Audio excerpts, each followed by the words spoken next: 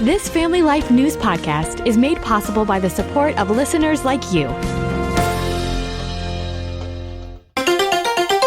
Next on the 5 o'clock report. No traffic, good weather. Families with kids are taking off on Tuesday instead of Wednesday. That case is dying with a whimper. I do know what they did, but they have served their time. No one ever thought we were going to lose power and be out for days. Thanksgiving, it's not really a day off. I know I'm not supposed to call 911, but I really could use some help with my homework. Now, let's go to the newsroom. Good afternoon and welcome to the broadcast. I'm Family Life News anchor Sarah Harnish.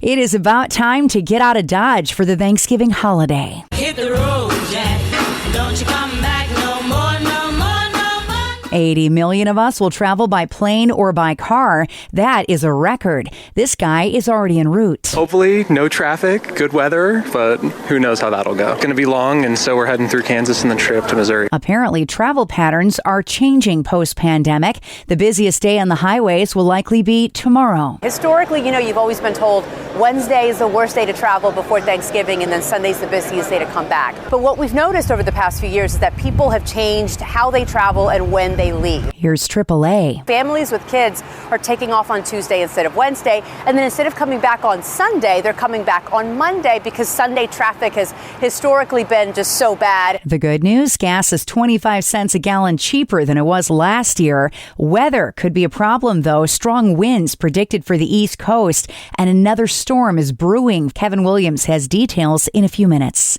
And just like that, it is over. More than 40 of the 80 federal charges against Donald Trump were from two cases, the election interference case and the classified documents case. Today, special counsel Jack Smith dropped both. That case is dying with a whimper today. A 6-page narrow filing from the special counsel saying can't charge a president or try a president for a crime when he is the president. Tim Murtaugh is Trump's senior campaign advisor. If you arrive at the idea that Donald Trump would never have been charged with any of these things in federal court or in state court unless he were running for president again, which is what happened. If he had not been running for president, none of these things would have been filed. Once you arrive at this, then it has always been political from the very beginning, and I'm glad to see that this case is finally going away and never should have been brought in the first place. Kelly Urban is a Fox News legal analyst. Just because you can do something doesn't mean that you should. When you are coming at a former sitting president and the possible future president, you have to be so incredibly careful. Your case better be rock solid. I mean, there's no chance of it getting overturned. There's no novel legal theories, none of that. And in the January 6 cases, that just wasn't true. They were bringing untested legal theories. The hush money case is still paused, though, in New York City.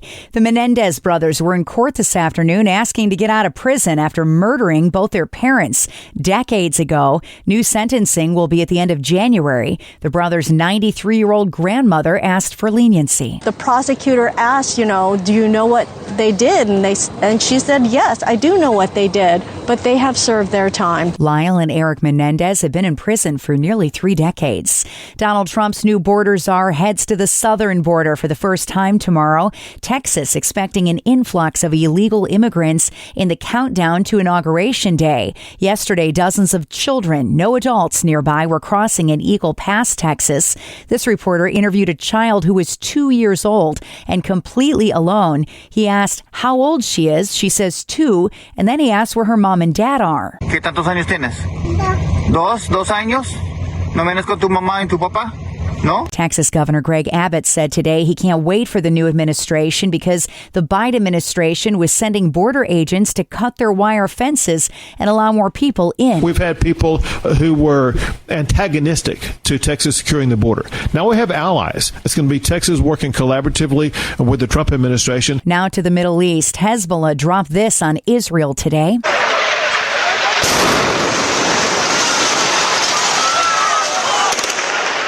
Knocked a whole building down. Officials say they're getting closer, though, to a ceasefire deal. The Israeli cabinet will hold a vote tomorrow on whether to approve a ceasefire deal with the Hezbollah terror network.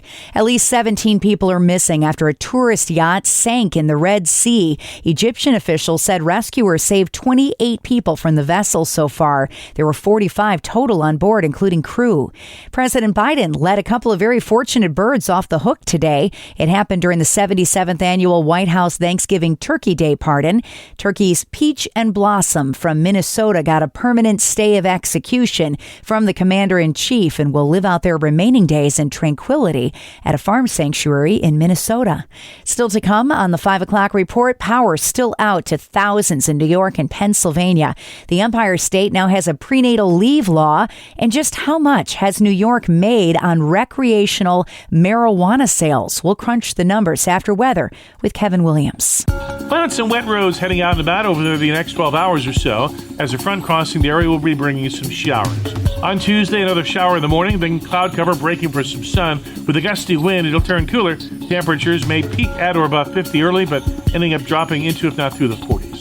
Behind the front, gusty breezes and cooler air will follow, but the air will dry out. That spells a dry day Wednesday for those traveling just ahead of Thanksgiving. Thanksgiving Day itself, though, disturbance will threaten some mixed wet snow and rain. And the cold air and lake effect will follow heading into the weekend. Thank you, Kevin. Checking the stories, making news where you live across New York and Pennsylvania. 40 for a low tonight, but 20 for a low by Thanksgiving morning. And thousands of people in New York and Pennsylvania still have no power from last Friday's storm. At the last count, 7,600 homes in the Keystone State and more than 1,600 in the southern tier of New York. NYSEG says at the height of the storm, over 110,000 people lost power. There were also a lot of electrical issues in northeastern Pennsylvania, which saw nearly a foot of snow. We expected we were supposed to get snow, but I mean, no one ever thought we were going to lose power and be out for days. And I mean, we're used to the snow here, but this is a lot. That Susquehanna County business owner says she spent 2 days in the dark from the storm. New York has just passed the nation's first ever paid prenatal leave law. It mandates employers have a separate sick leave bank for prenatal care. The goal is to ensure pregnancy does not jeopardize employment. Pennsylvania's junior U.S. Senator John Fetterman says he's keeping an open mind when it comes to President-elect Donald Trump's cabinet picks. I'm going to have an open conversation, and there's some people that I just couldn't be able to vote for that, and there's some that might be able to enthusiastically vote yes. Trump has made over 40 appointments already, including 18 cabinet spots. Those confirmation hearings will get underway in January. New York will mark $1 billion in legal marijuana sales before the end of the year. It's been 2 years since the first pot dispensaries were launched in the Empire State. Critics contend the pros do not outweigh the cons when it comes to recreational marijuana, and the state will rue the day it decided to legalize the drug. Some Pennsylvania residents are poised to see a spike in their utility bills in the coming weeks. Family Life's Brian Query has more. Customers of West Penn Power Company will be hit with a rate hike beginning next year, and Columbia Gas of Pennsylvania customers will see their natural gas bills rise starting December 14th. The price hikes were approved by the Public Utility Commission last week. West Penn's residential customers will see an average 6.2% rate hike starting January 1st.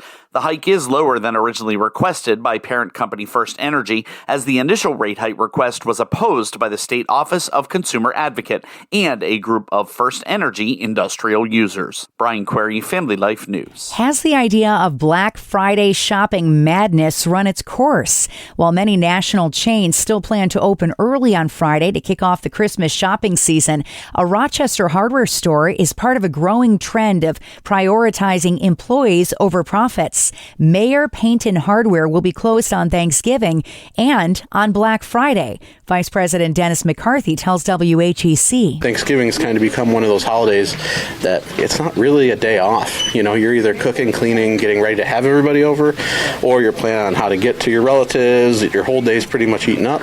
So we know the value of having that day after to just relax. Employee Christopher Shearlow appreciates a time off with family. It means a lot, actually. I've got family personally coming up for Thanksgiving, so, it's an extra day to spend with family. I don't need to rush here at 7 in the morning right after eating who knows what on Thanksgiving. McCarthy says there's been a decline in Black Friday shoppers in recent years, due in part to the rise in online shopping. Next at 5, today's Issues in Education interview looks at the pros and cons of the Federal Department of Education. Our Christian watchdog on education matters says returning the money and the decision-making processes to the states and to local school boards would have a lot of advantages. Here's Dr. Ralph Kerr with her own Bob price. Donald Trump made some news. he wants to blow it up. The U.S. Education Department, nominating an education secretary, and we'll get to her in a minute. But first of all, let's talk about what that might look like, dismantling a government agency like the U.S. Education Department. Well, the department was actually established 44 years ago as sort of an experiment. Okay. And in next year's budget, they're calling for 4,400 employees, which is up 10% from this current year. And 37% of those people are in what they call program administration. They have a $238 billion budget. So I'm all for blowing this one up. It's just got out of control. So you were big on Trump's first Secretary of Education, Betsy DeVos. Right. This one's kind of out of the box too. Linda McMahon. A lot of people know who Vince McMahon is from World Wrestling Entertainment. Right. This is his wife. She does have some experience in this realm, but this one kind of shocked a lot of people. What do you think of her? Well, it did shock a lot of people, but I think what we've seen in President-elect Trump's picks so far are people that he believes will carry out what he said are important to him. For example, he said we should send education back to the states. We should have more school choice. We should push the critical race theory right out the door and handle the transgender insanity. Those are all things that President-elect Trump has said he wants to do. And Linda McMahon is the person, I believe, that will do that kind of thing. Retired school superintendent Dr. Ralph Kerr is an advocate for Christian involvement in public schools. Bob Price's full conversation with Dr. Kerr is on the Issues in Education podcast on Family Life's webpage. Time next for tonight's market report, brought to you by Faithward Advisors. The Dow just hit a new record to kick off the holiday shortened trading week. At the closing bell, the Dow Jones Industrial Average gained 440 points to 44,736. The S&P 500 added 18 points to 59.87, and the Nasdaq rose 51 points to 1954. Faithward Advisors is a Christian financial planning firm online at faithwardadvisors.com. Hi, I'm Rob West with your Faith and Finance Minute. The story of the widow's oil in 2 Kings 4 shows how God can provide in miraculous ways. A poor widow is able to pour oil from a single jar, filling dozens and dozens more, enough to buy her only son's freedom. This teaches first that we must do our part in our provision. The widow gathered jars from her neighbors and later sold the oil. Second, we must never look down on what the Lord's already given us, even if it's just a jar of oil, as the widow possessed. We must be grateful for what we have. Finally, we must be obedient. The widow did exactly as the prophet Elisha instructed. We must follow God's financial principles and depend on Him for the rest. Get biblical answers to your financial questions in the Faith Fi community. Download Faith Fi, Faith and Finance in your app store or visit faithfi.com.